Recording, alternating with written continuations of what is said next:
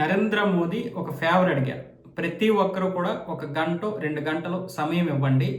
ఈ 2 గంటల్లో ఏం చేస్తారని మీరు అనుకోవచ్చు. కానీ ఇది చాలా కీలకం. ఏదైతే జనాభా లెక్కలకి రావాల్సినటువంటి అధికారులు వస్తారో వాళ్ళకి ప్రతీది కూలంకషంగా వాళ్ళకి వివరించండి.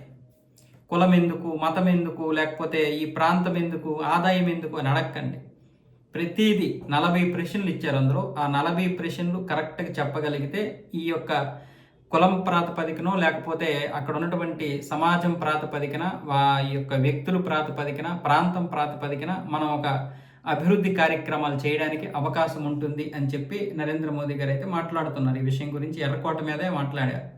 స్పష్టంగా చెప్పారు, కులం కూడా మాట్లాడండి. ఎందుకంటే ఎన్ని కులాలు ఉన్నాయో ఈ కులాలని ఏ విధంగా మనం ఏకం చెయ్యాలో తెలియాలంటే ఫస్ట్ ప్రతి ఒక్కరి ఆర్థిక పరిస్థితులు కూడా తెలుసుకోవాలి. ఆ ఆర్థిక పరిస్థితులు, స్థితిగతులు, విద్య విధానం, అలాగే వైద్యం, దీని అంతటి గురించి కూడా తెలుసుకుంటేనే ఏం చేయగలము, అసలు ఏం చేయాలి రాబోయేటటువంటి 2 దశాబ్దాల్లో, అంటే 2047కి ఏం చేయాలనుకుంటున్నామంటే ఇక్కడ పూర్తి స్పష్టమైనటువంటి ఆధారాలు దొరికితేనే మనం ఏదైనా చేయగలుగుతాము అని చెప్పి నరేంద్ర మోదీ గారు అయితే 2 గంటలు సమయం ఇవ్వమని చెప్పి ఫేవర్ అడిగారు.